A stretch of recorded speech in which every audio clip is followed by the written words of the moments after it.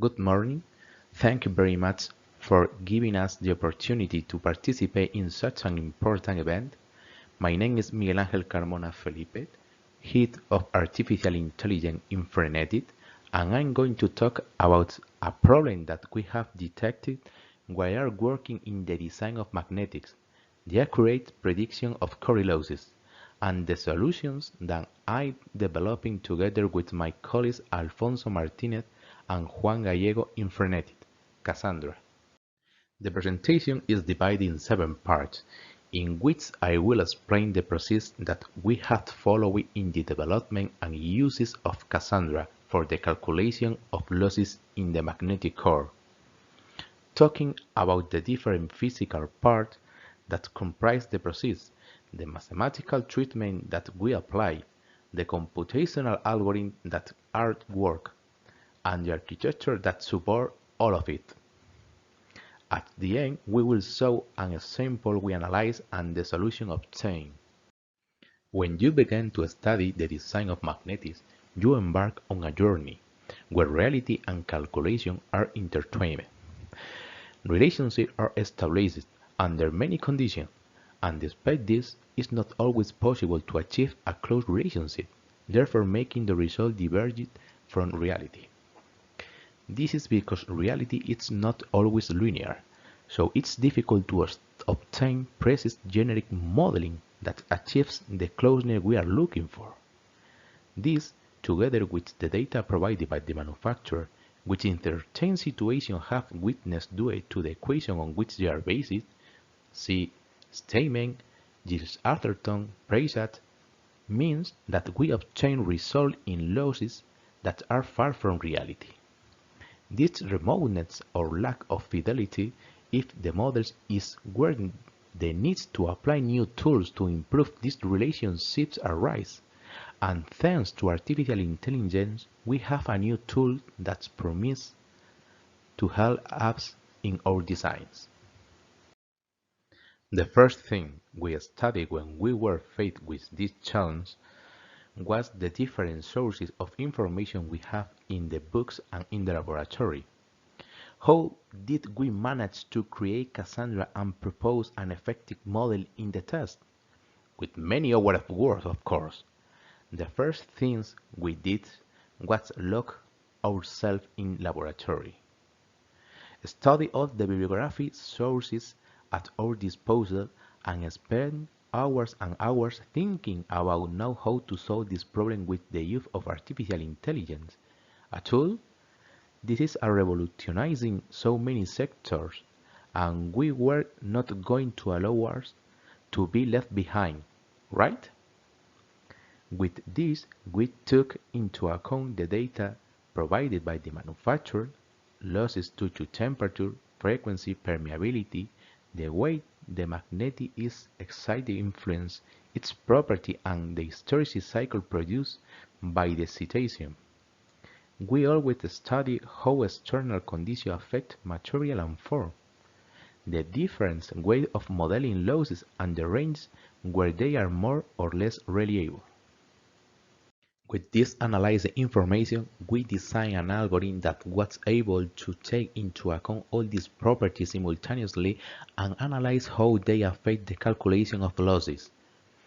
To do this, we have proceeded to double the hysteresis losses and the formation of two-dimensional temporal mass, where we analyze and relate each point of the waveform with its corresponding point in the hysteresis cycle, its form, and the operating conditions. To achieve this in a computational way, we have designed some workflows that are based on the LSTM theory, due to its capacity to relate the calculation of a point with its temporal history, combine it with a DCGAN, a tool that allows us to greater adjustment and approximation to reality for our algorithm to work and take into account the different world space we have produced in the creation of a temporary mass. We will use a rolling window that allows us to move in the X and Y axis with obtain information about the mass and therefore be able to take into account all the data from our predicted space when making a prediction.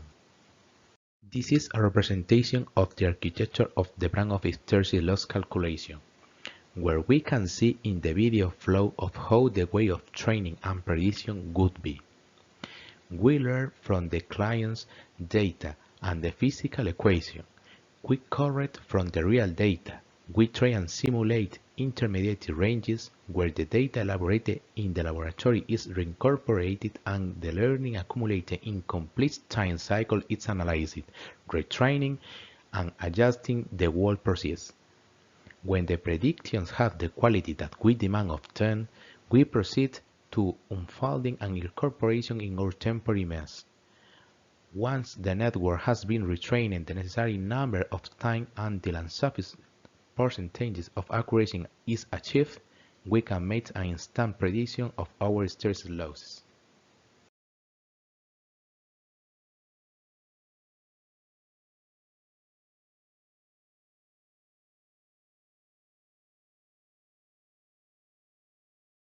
With the flow of losses, eddy losses and material stress losses, the same procedure is performed gross modo to the hysteresis calculation, with one particularity. The measurement process of the data in the laboratory necessary for the retraining and readjustment of the algorithm is more time-consuming and difficult. As we can see, we start to analyze and train with data from different sources, both from literature and from the laboratory. But the process flows for calculating intrinsic material losses is the same as for hysteresis losses. Once both flows are finished, they arrive at our last calculation stage, which is a modified LSTM tie neural network, where the input receives the output of hysteresis losses, edit and material stress together with the necessary specification for the operation to calculate the total losses. This last flow is used as an internal readjustment of the previous flow to be able to relate the width and each loss with respect to the total losses taking into account the working point and the waveform. The case we are going to see is a T25-15-12 toroid with 5 primary and 5 secondary turns, a voltage of 5 volts of peak. The measurements for training are between the range 5 and 20 kHz and in the temperature between 40 and 150 degrees. To measure the hysteresis losses, we have used the bias test from GC Zoom, an amplified circuit that we use to see hysteresis by varying the type and wave and a signal generator. We see in the image and in the table of results that the approximation we have obtained in losses are quite approximate to those measured, being a robust method against complex inputs to obtain the losses in a material under given conditions.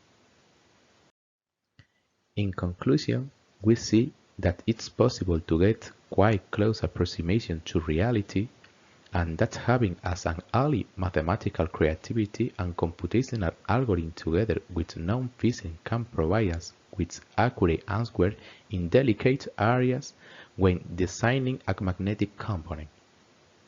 Please remember that you are invited to ask any questions you may have on this subject of the roundtable that will take place after the presentation. Thank you very much for your attention.